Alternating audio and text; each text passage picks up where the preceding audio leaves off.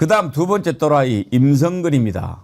임성근 아시죠? 해병대 1사단장 했던 이 친구 곧 지금 특검이 부를 건데 어제 갑자기 나타났어요. 갑자기 나타나가지고 나 특검 만날 거야. 왜? 그랬더니 지금 특검이 보니까 박정훈 대령을 우리가 지금 군에서 항소를 했는데 그걸 취하를 하려고 하는데 이러면 나라 망합니다. 나 그걸 얘기할 거야.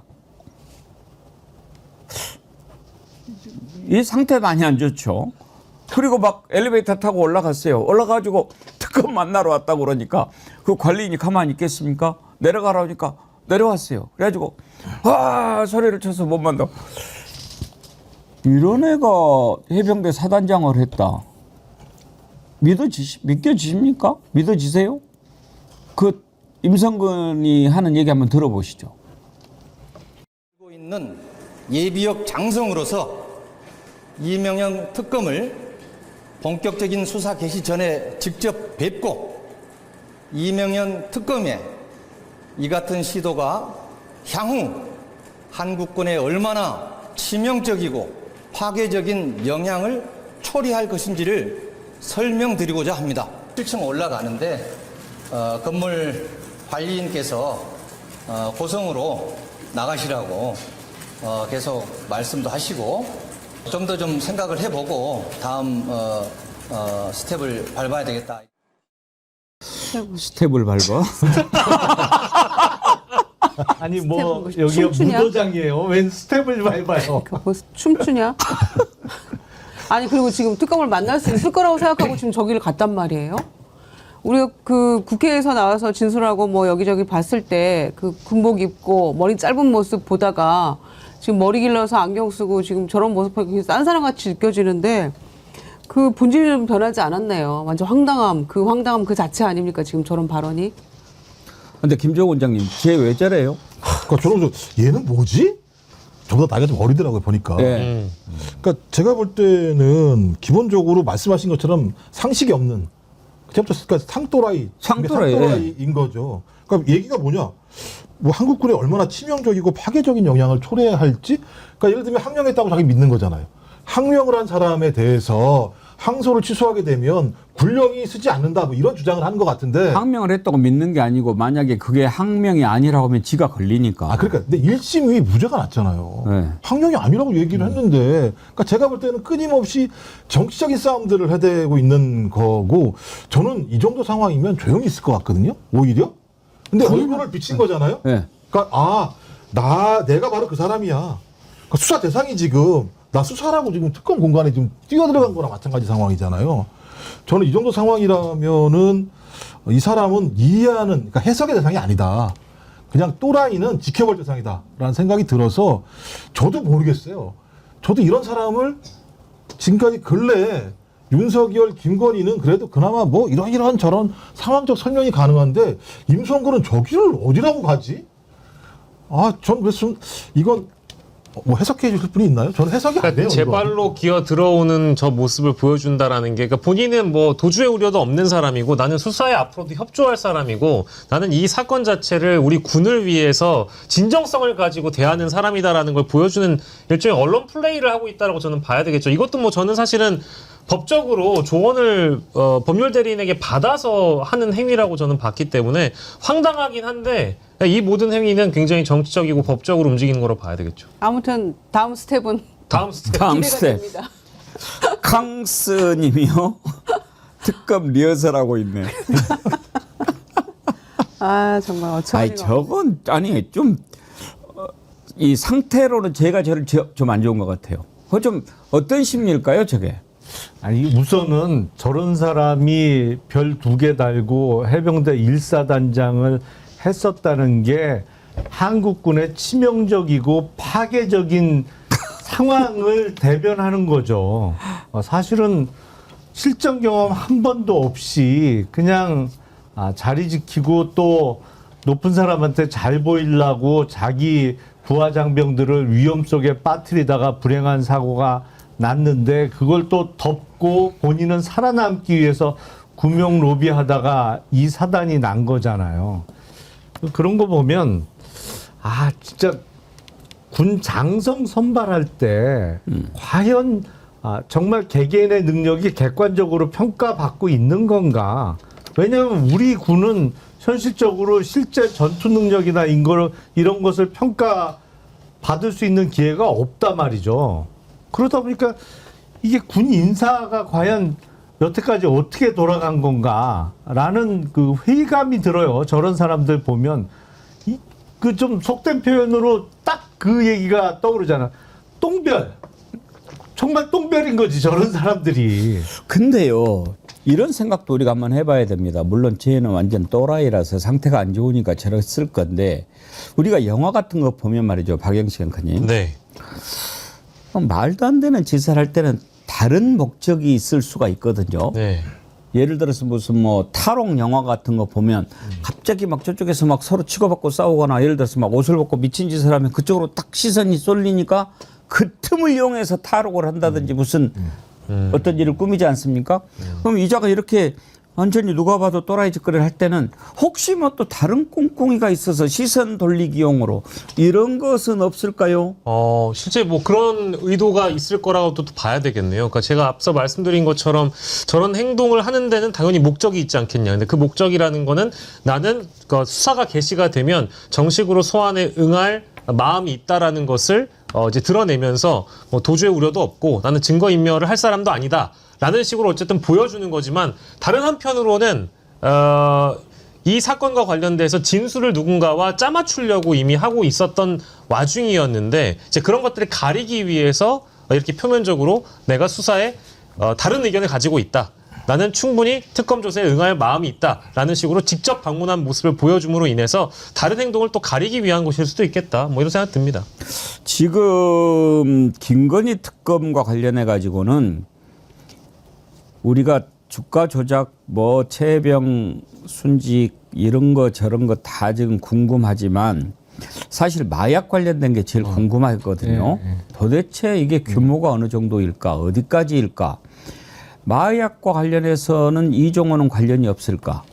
그렇다면 임성건은 막 이런 생각도 드는 판인데, 저는 이걸 딱 보는 순간 이 자식이 이렇게 또라이 짓거리 하는데 마약에 탁 떠오르는데, 김영남 의원님, 김건희 특검의 마약 이거 중요한 부분이 될 거예요. 사실은 어마어마한 거죠. 어마어마한 그게 거죠. 정말 관여가 됐다면. 근데 김건희나 그 윤석열 부부가 관여가 안 됐다고 하면 지금까지 그 나타난 게 이해가 안 돼요. 그 스토리가 그렇게 나올 수가 없거든요. 기본적으로. 아니, 관세청이 뭘 하고 경찰이 하던 수사를 덮어요. 검찰은 또 뭐야? 이게 설명이 안 돼요. 어마어마한 권력의 힘이 아니고서는 일이 이렇게 전개될 수는 없는 거거든요. 근데 다른 것도 아니고 이게 마약이란 말이에요. 그것도 양이 어마어마해.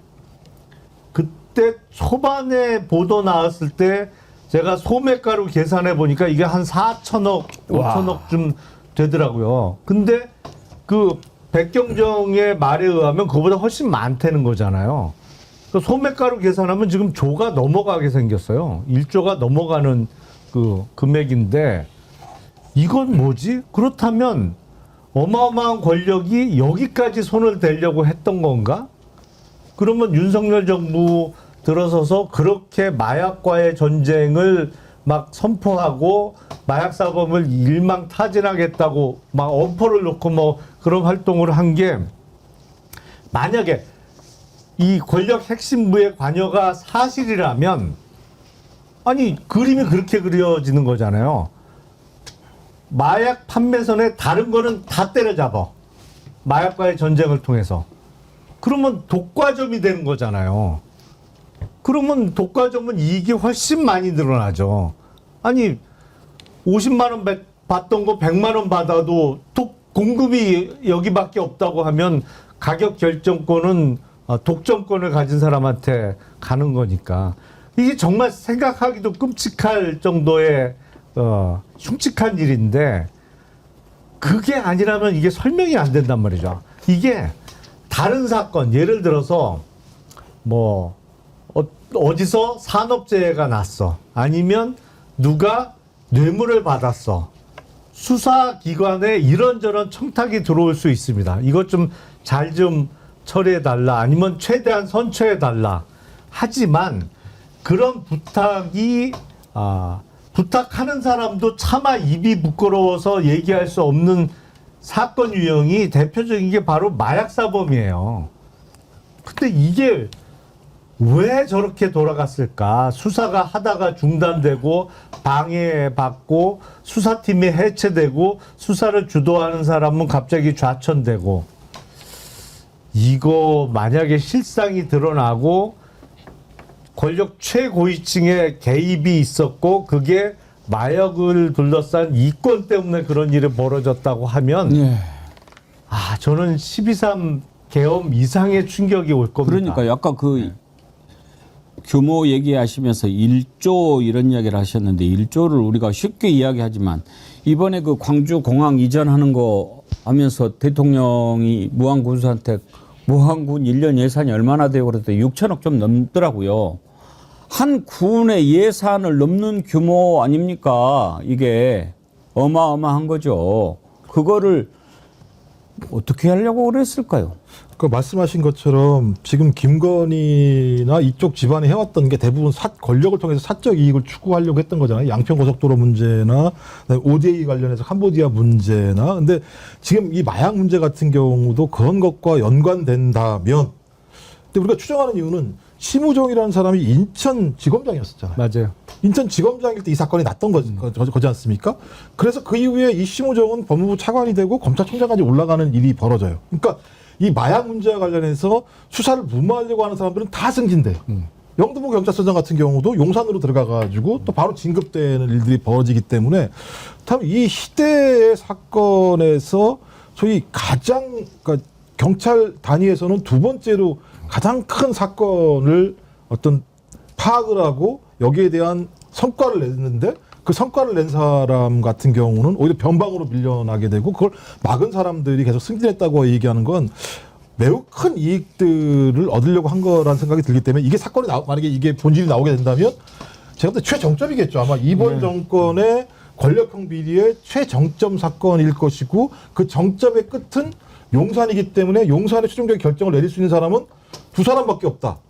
윤석열과 김건희 두 사람밖에 없기 예. 때문에 이 사건은 진짜 말씀하셨던 것처럼 만약에 이게 실체가 사실이라면 저는 이건 뭐 상상하지 못할 만한 게이트가 벌어진 거다라고 볼 수 있는 거죠.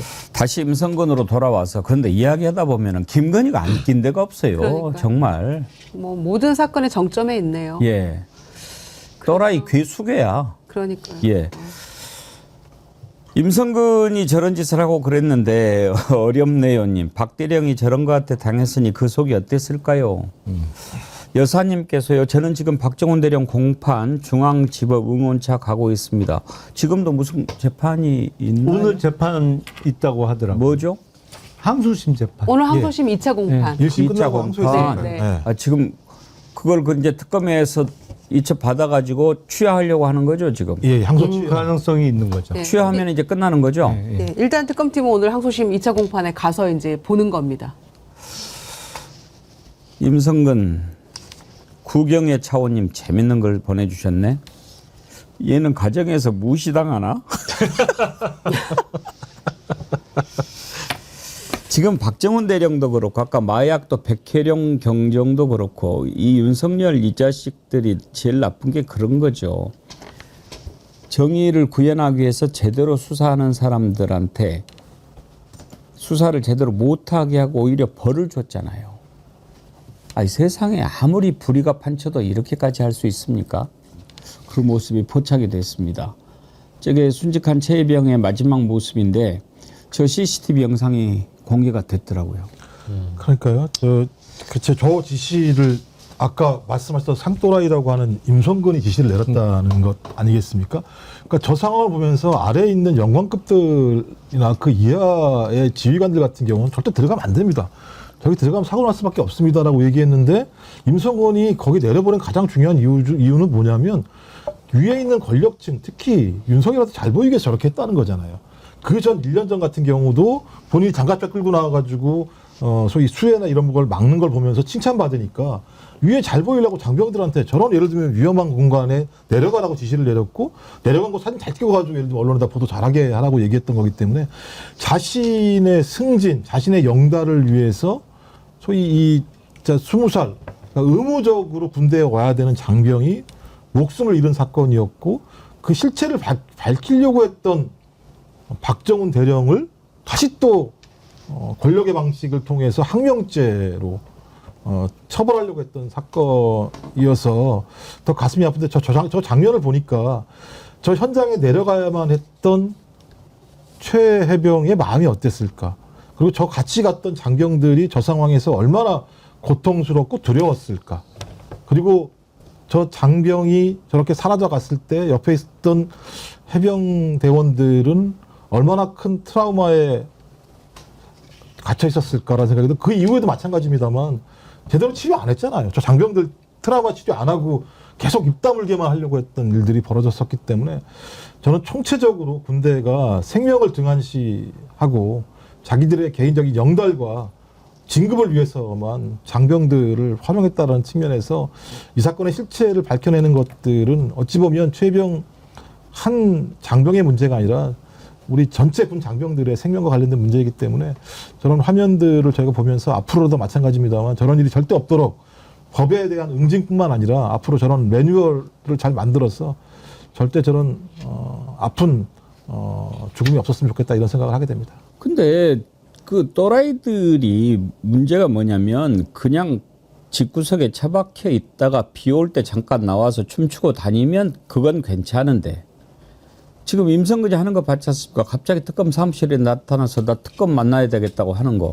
이런 비정상인 애가 그 부대를 지휘하고 그런 자리에 있으면 어떻게 되겠습니까? 이게 무서운 거예요. 그렇습니다. 그러니까 저런 또라이가 저 시기에 이제 투스타나 돼서 장병들을 지시했기 때문에 저런 문제가 터졌음에도 불구하고 전혀 후한무치한 행태를 지금까지도 보여주고 있는 것이고 저 영상을 보면 아까 이제 김종욱 박사님이 말씀 주신 대로 일단 최수근 상병으로 보이는 장병이 머리만 일단 떠 있는 채로 급류에 휩쓸리는 모습이 나온다고 하거든요. 그리고 그 장면을 다른 부대원들이 지켜보는 과정에서 뭐 뒤에 후미에 따르는 대원 같은 경우에는 집안이 이제 무너져 있으니까 이제 자기도 같이 빠지는 그런 모습까지도 함께 담겨 있다라고 합니다. 그러니까 영상 자체에 담겨 있는 게 얼마나 위험한 상황에서 그때 이 장병들이 수색 작업을 했었는지를 우리가 또 알 수 있고 사고 당시에도 동료 대원들이 구조에 얼마나 또 열을 올렸는지를 알 수 있는 겁니다. 고군분투하는 그런 상황임에도 불구하고 어쩔 수 없이 이 급류로 휩쓸려가는 최 해병을 구하지 못했다라는 마음을 어떻게 또 우리가 위로를 할 수 있겠습니까? 게다가 또 이 장면이 나옴으로 인해서 최 해병의 부모님께서는 얼마나 또 마음이 아프시겠어요. 저는 이 또라이들이 설치는 대한민국에는 여전히 정의를 구현할 시간이 남아있다라는 걸 이번에 특검이 또 보여줘야 된다고 봅니다. 이제 임성근 같은 자가, 김건희 같은 자가, 윤석열 같은 자가 활개치지 못하도록 우리 법의 엄중함을 특검이 보여줘야 된다고 봅니다.